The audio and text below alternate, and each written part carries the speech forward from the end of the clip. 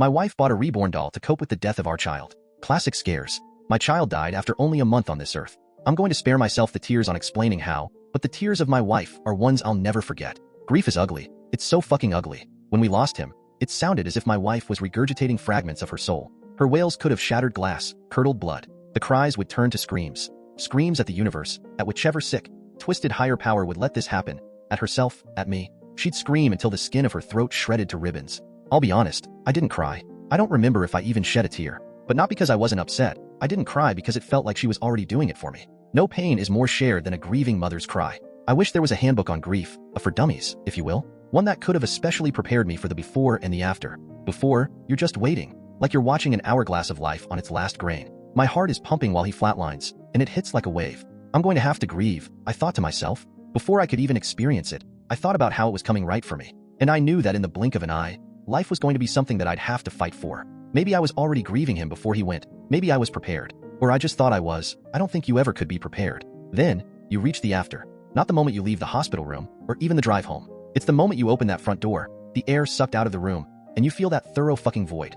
That void in your chest, in your relationship, in your home. This is it. This is my life now. This is real. What hurt even more was that this new life wasn't so foreign to me. It was one I had nearly a month ago. I felt so guilty for not grieving him but instead grieving for what he could have been. I grieved for the first birthday and dozens after it, the first steps, the graduations. I'd even trade a hormonal teen fight with him over this. I couldn't help but grieve the life he could have had instead of the one we lost. My wife felt differently. She missed their skin touching, humming to him, even dragging herself out of bed at 3 a.m. because he was crying again. We never really discussed it, but we could just tell that we were grieving down two separate paths. Our backs were always turned in bed. She'd flinch when I'd touch her. It was as if she was allergic to me, but I understood she needed her space. The funeral was absolute hell on earth. Actually, I think rotting in the fiery pits of hell would feel better than attending an infant's funeral. At least it'd be warm, unlike the icy grip of mourning. I remember walking up to the casket alone, staring down at him, and all I could think was, caskets shouldn't be that small. He laid in a box that was small enough to cradle in my arms. When they lowered him into the ground, the cries emerged again. My wife wailed into the clear morning sky, so guttural it was as if it was happening all over again. But she didn't collapse into my arms, she collapsed to the ground, as if she wanted to join him. Then, you open the front door again and the voids are even deeper. Everything is even realer. We packed up our child's nursery and his future into boxes, then fought about whether or not to throw it all out. She said she wanted them in the attic. I said I'd never be able to go up there again if we did. So we just left it all in that room, collecting dust. The door stayed shut at all times, but never locked. Just closed. I think it symbolized our grief, in a way. We closed the door on that part of our lives, but weren't ready to lock it away forever. Each day doesn't get easier. It just gets farther away from the day it happened. The mornings are the worst. You wake up, your eyes creak open, the morning sun is pouring through your window, and then you remember that you're grieving, as if you could forget. Little things began to tick us off. One of us would forget to do the dishes, and it'd end up with someone sleeping on the couch or taking a long, midnight drive. We tried couples therapy, but we needed so much more therapy than that. It wasn't even about us, it was about him. The wedge was him. I was at my wit's end with how to deal with this, but it appeared that my wife was one step ahead of me when I heard a soft humming from our bedroom after I came home from work. My brows furrowed as I made my way upstairs. The last time I heard her hum this tune was at the hospital, right before the heart rate monitor hummed back. When I pushed the cracked open door, I felt like I was dreaming. She was laying in our bed, cradling a baby in her arms, looking down at it like she could see every planet, every star, every galaxy. I remember pinching my thigh as I stared at her, the slight pain stinging. She was so engrossed by it. I could have stood there till the end of time and she wouldn't have noticed. Honey? She finally looked up. Oh, hi. She stretched a smile that had become so foreign. What are you holding? Oh, this? It's a reborn doll. I raised a brow at her. They're realistic dolls for mothers too. To help me cope. She nodded rapidly, her smile weakening. It was as if I had disrupted the fantasy just by asking. Oh, I couldn't help but stare at it, and stare at her because of the way she'd stare at it, as if she was holding her own flesh and blood and not plastic. Has it helped? I've only had it for a few hours now, but it's comforting. It rubbed me the wrong way at first, but if nothing else was working, I was glad if this would. Do you want to hold him? Suddenly, I felt myself at a crossroads. I didn't know if I could hold a doll and give her the reaction she wanted. I can't look at it like it's my son. But I knew that this wasn't just about me, so I hesitantly walked over and stretched my arms out. A slight chill ran down my spine as its cold skin was placed onto my palms. I pulled it close and cradled it, staring down at it. And suddenly, I crumbled into tears. It felt too fucking real. I dropped to my knees as it laid in my shaking arms, my scrunched face already wet. I knew it wasn't actually my son, but I realized how much I missed this, not just the moments we lost. My wife patiently waited as I wailed with my head hung. I let out cries I never knew I could, my voice cracking with each ugly sob. After that day, I noticed things getting better. It didn't fill the voids, but something else stood inside of them for a while, just to keep them dormant. Whenever she had one of those days where standing on her own 2 feet didn't feel worth it, she'd hold it, hummed to it. Sometimes she'd pretend to breastfeed it. I will admit it still creeped me out to some extent. It was comforting in a way, but I knew it wasn't him. And I think this is when the wedge grew deeper. One day I came home, and as I walked upstairs, my entire body locked as I saw light leaking out of a door. That door. I knew it was unlocked, but I never expected either of us to ever open it. At least not so soon. I swallowed roughly as I approached it. Slowly opening the door revealed empty boxes and a full nursery. She had set up everything again. I observed the room as I stepped in, a feeling of concern weighing on me. Then, I noticed something in the crib. I wrapped my fingers around the railing and leaned in, my brows furrowing as I saw the doll laying. I didn't hear you come in. My body jolted as I whipped around. Jesus. SREU. What is this? What is this? Our nursery? Well, yeah. But why is everything unboxed? Our baby needs a nursery. We stared at each other with accusations of insanity. I've researched these dolls, and I understand how this helps you. I'll admit, it's helped me a bit too. But this? You know this isn't our dad. This isn't our what? Suddenly I was tongue-tied. I'm just concerned. I unpacked all of this myself. I'll put it all back when I want to. Okay, she said slowly and sternly, daggers shooting from her eyes. I could feel a million words crawling up my throat, but the only thing that came out was, okay, I think I need some alone time with him. I nodded, looking away as I slipped past her. I was trying to be patient with her. I really was. But I just couldn't meet her at the lengths she was going. Pretending this is our kid may help her, but it only made me feel worse. That night, not a word was exchanged under those sheets. I was turned towards the window, and she was turned towards the baby monitor that she put new batteries in. After making faces out of the moon, I eventually fell asleep. Suddenly, in the middle of the night, I felt myself drift away from my dream and wake up. My eyes slowly creaked open, the dim moonlight coming through the window. The room was silent, except for the cries that came through the baby monitor. I sat up and rubbed my eyes, staring at the monitor as staticky cries emitted from the speaker. Liv? Wake up. I shook my wife till she groaned out of her slumber. She lifted her sleeping mask and looked at the monitor. My eyes darted towards her, then back at the monitor. She sighed, tossed her mask onto the dresser and stood up. I'll handle him. Get some sleep. I stared at her wide-eyed. My throat knotted as she tiredly walked out of the room. As she stepped into the nursery, I began to hear her over the speaker. Shoo, it's okay. I blinked like a deer in headlights as I listened to her hum, the crying slowing to a stop. My eyes shifted towards the door as she walked back in, grabbed her sleeping mask and laid back down. She didn't say a word as I just continued to stare. A part of me wanted to go into the nursery, but I just laid there till my eyes dried and ran bloodshot. Before I knew it, the sun was up and I had to go to work. I slowly stood up and stiffly got ready. I tried to convince myself that it was a dream, but I had already woken up from one. When I finished getting dressed, I kissed her as she slept and left the room. As I passed the nursery, I paused for a moment. At first I considered going in, but instead I pressed my ear against the door. But there was nothing, just absolute silence. I don't know what I thought I was going to hear. I didn't even know what I heard last night. I couldn't tell if hearing something now would have made me feel more or less insane. That day at work was grueling. I kept falling asleep at my desk, had a hard time processing what people were even saying to me. It was just one big blur. When I got home, the first thing I wanted to ask my wife was what the fuck happened last night. But after the incident in the nursery, I feared she'd tell me that the doll crying is normal because it's our son. When I got home, I was ready to fall flat on my face. My wife stood at the sink washing dishes, her head turning as I walked in. Hey hun. Hi. How was work? The usual. Be quiet when you go upstairs. I just put him down and it wasn't without a fight, she chuckled. I'll be sure not to wake at him. I anxiously cleared my throat as she quickly glared at me, then looked away. At least I was trying to play along. I quietly walked upstairs, minimizing the creaks of each step. As I passed the door, I could feel my breathing and heartbeat halt to a stop. Something about it just always knocked the wind out of me. Dinner was so silent. You could hear a pin falling before it even dropped. Chewing and sipping filled the dense quiet. I was thinking of taking him to a mommy and me class. I looked up, my chewing slowed. Sounds good. I bit my tongue and smiled. I couldn't tell if she was being serious, or if she just wanted to talk. I also wish you'd spend more time with him. You avoid the nursery like the plague, she laughed weakly. I'll make sure to do that. Thank you. Watching her eat, the look on her face, I could tell she could barely get the food down her throat. She was trying. She was really fucking trying. I felt guilty for not being more understanding. It was hard to accept that we were just going to be grieving in different ways no matter what. But I was at a crossroads when it felt like our grief couldn't help each other. But the one thing that was itching at the back of my mind was last night. It was crying. How could it be crying? It didn't seem to surprise her either. I tried to make any logical reasoning for it. Maybe she set an alarm with a baby crying sound? Or if there's a speaker inside of it, something to make it feel realer? It was possible, except for one other thing. It sounded so much like him. If you're not a parent, a baby crying is just a baby crying. But I could pick out those cries from a crowd. Maybe it's just grief playing mind games. I couldn't tell. Later that night, after brushing my teeth, I was walking to our bedroom when I noticed my wife in the nursery. She was slowly rocking back and forth in the rocking chair, humming to it. Hey, I finally got him to sleep, she said after noticing me hovering in the doorway. That's good. Come say goodnight. I stared for a moment before forcing myself to enter the room. She stood up and walked over to the crib, then gently placed it down. She leaned down, kissed his forehead, then turned to me. I glanced at her, then at it. I could tell she was expecting me to do the same. I hesitantly leaned towards it, my lips puckered. Suddenly, as I got closer, a pungent smell entered my nostrils. I tried to ignore it, but I recoiled as I got closer, the foul stench growing stronger. My wife glared at me in horror as I gagged, clasping my hand to my mouth. What the fuck is wrong with you? I am sorry, it dashed. Him. Not at him. Okay, he smells like a fucking dumpster fire. What? Does he have built-in fecal mechanics too? Tears welled in her eyes as I looked away with guilt, my entire body shaking. Just admit that this is a joke to you. You think I'm embarrassing myself, that I'm crazy. Just say it. Liv, no. Actually, don't. Just sleep somewhere else tonight. The couch, the fucking sidewalk, I don't care. Okay. I flew out of the room before I could burst into tears of fury. I felt like such a fucking monster. Prioritizing both of our healing was just tearing me apart. It was tearing us apart. I curled up on the couch and screamed into the pillow, leaving tear stains on the cover.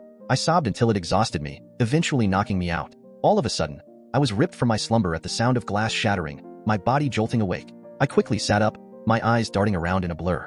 Throwing the blanket off of me, I stood up and searched for the source of the sound. The room was pitch black as I ran my hand along the walls to find a light switch. Suddenly, my eyes shot open as something sharp impaled the bottom of my foot. Fuck. Shit. I hissed to myself as I lifted my foot. Now I was hopping around till I found a light switch, while also avoiding glass that I could not see. Eventually, I found one and illuminated the kitchen. I looked down at my foot, a small train of blood drops behind me. I lifted it up, blood leaking down my skin. It was a small shard of porcelain, so I pursed my lips, took a deep breath, bit my cheek and yanked it out. I swallowed a scream as I placed the crimson-coated shard on the kitchen counter. Then, I noticed some white powder on the bottom of my foot as well. I limped around the kitchen, soon finding a shattered cookie jar and an open flour bag spilled across the floor. God fucking damn it.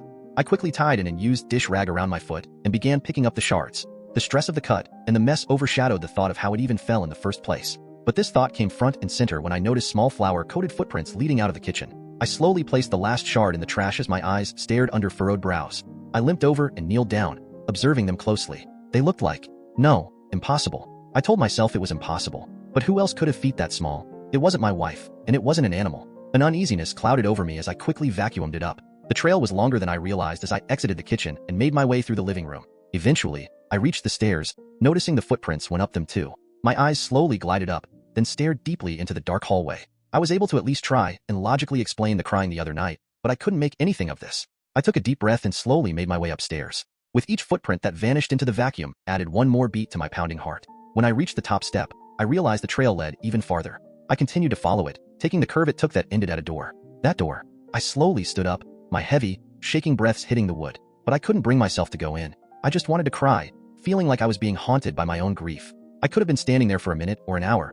Either way, it felt like forever before I finally stepped away and entered the bathroom. I held back tears as I made sure there wasn't any glass left in my foot, then properly bandaged it. With everything that had happened and was happening, all I could think was, why us? Why me? I just wanted to be a husband, a father, a family. Why does life's unfairness have to be so cruel? It's more than just not getting what you want, it's losing what you love. It's your son dying after only a month of being. It's not unfair, it's just cruel. So fucking cruel. After securing the bandage, I limped out of the bathroom, my body weighing with exhaustion. Then, I halted in front of the nursery door, my eyes scrunching shut as the sound of crying suddenly came from behind it. Never in my life have I prayed, not even for my son.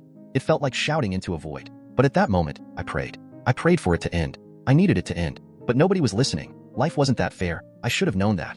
I opened my eyes, tears welling in them, and kept walking past it. The cries grew fainter as there was a ceiling between us, but I could still hear them. I could feel them crying for daddy as I laid my heavy head on the couch pillow. I had hoped that my wife would wake up and deal with it, but she never did. The entire night I laid there, the tears drying against my cheeks as it relentlessly cried. My psyche was shattering piece by piece as it grew impossible to even keep a grasp on reality or try and figure out what the fuck was going on while its screams filled my ears and bounced around in my skull. At that point, I just wanted to die, or to at least just be numb. To have the ability to not give a single fuck about anything happening, even if just for 5 seconds, would have helped me sleep that night. By the time it was morning, the crying had stopped at some point, but I don't remember when. Jack, my wife suddenly said, her hand resting on my shoulder. I jolted, my head whipping towards her. Didn't mean to scare you. It's fine, I just didn't sleep. I could see guilt hanging on her expression. Is everything all right? I want to apologize for last night. You've been very patient with me, and I feel like I've been asking you for more than you can handle. We paused in silence for a moment, our eyes shifting around each other. I appreciate it. I'm sorry, too. I've been too judgmental. We don't have to be on the same page to care about each other. She sat down next to me and rested her head on my shoulder. I kissed the top of her head and enjoyed the quiet with her. I wanted to bring up what I saw last night, but figured now wasn't the right time. And about the smell, you weren't wrong. I want to go see him this morning, and it hit me like a truck. She chuckled weakly. Turns out, he was molding on the inside. which can happen, apparently. I reached out to the seller and she said that it happens due to poor upkeep. Suddenly, she broke into tears, collapsing into my chest. I held her close as her tears soaked through my shirt. How did I manage to lose him twice? My heart shattered.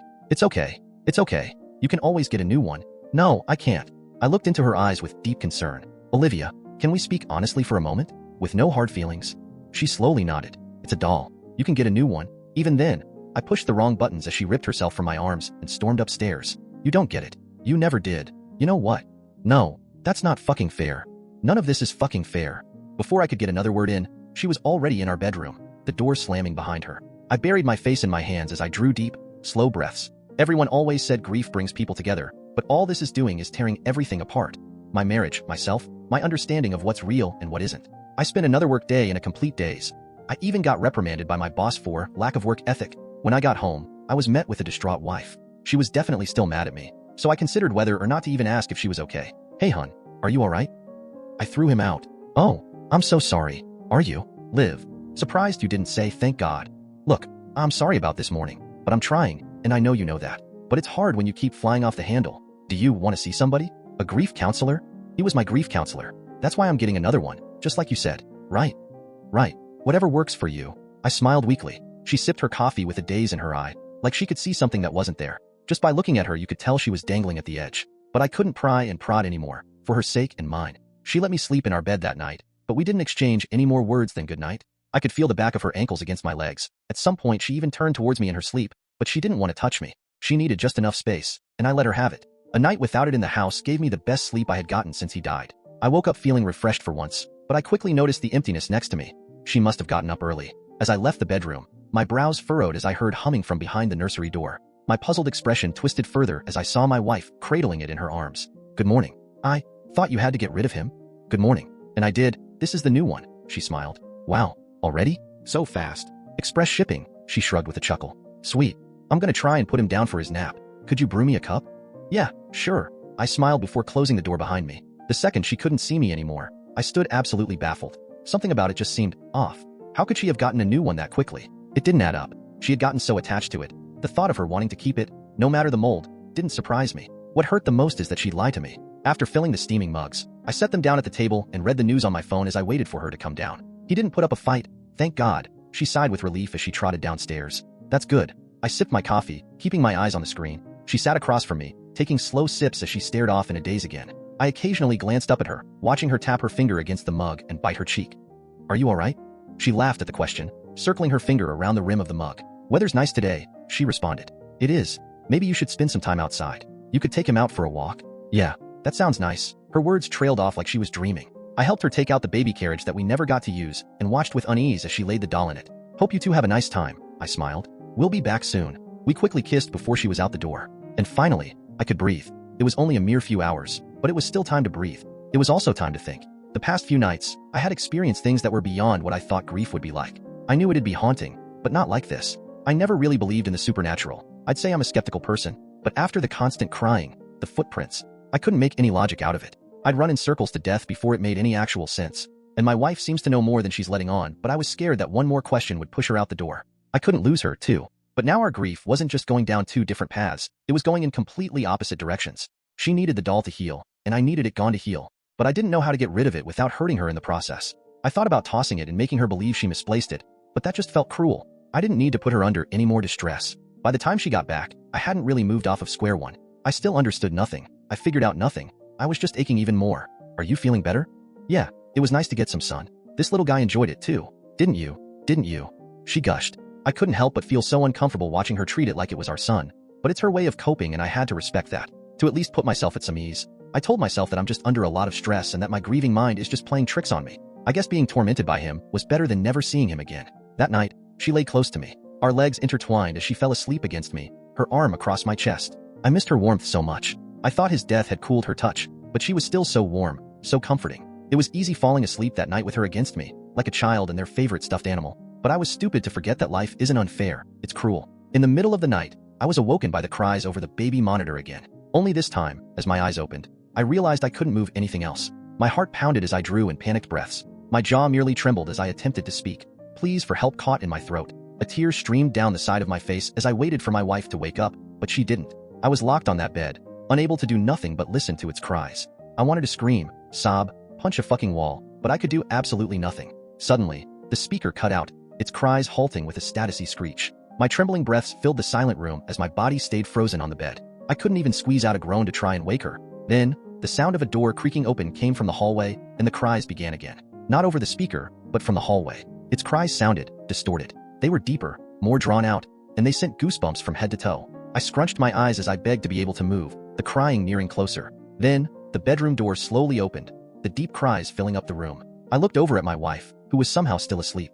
I wondered if this was even happening outside of my own head. I couldn't see it, but I could tell it was moving closer, and with each step its cries grew deeper. It reached the point that it sounded like it was gargling on its own blood. When it stood by my ear, its sobs were deafening. Now, I couldn't move, and I couldn't hear anything besides this suffocating, dizzying crying that made me feel like I was drowning in molten tar. Dada, it gurgled. And just like that, I felt my entire body unlock, and a scream worth 1,000 screams exited my mouth like a dam breaking open. The sound waves rippled my throat as I scatteredly threw myself off the bed and into the corner of the room. Jesus Christ, my wife shouted as she finally woke up, ripping off her sleeping mask and turning the lamp on. I let out wails of pure terror as I balled up in the corner, my body tremoring. My God, what happened? He was Dash. I could barely squeeze a word out in between sobs. Jesus. She hopped off the bed and kneeled next to me, my body flinching as she reached for me. What happened? I slowly turned to her, my eyes gaping wide. Instead of saying a word, I stumbled to my feet and made my way out of the bedroom. Where are you going? What happened? Jack. I ignored her calls as I threw the nursery door open. My eyes darted around as I searched for it, then realized it was in the crib. Jack, what are you doing? I'm not doing this anymore. Jack, can we talk about this?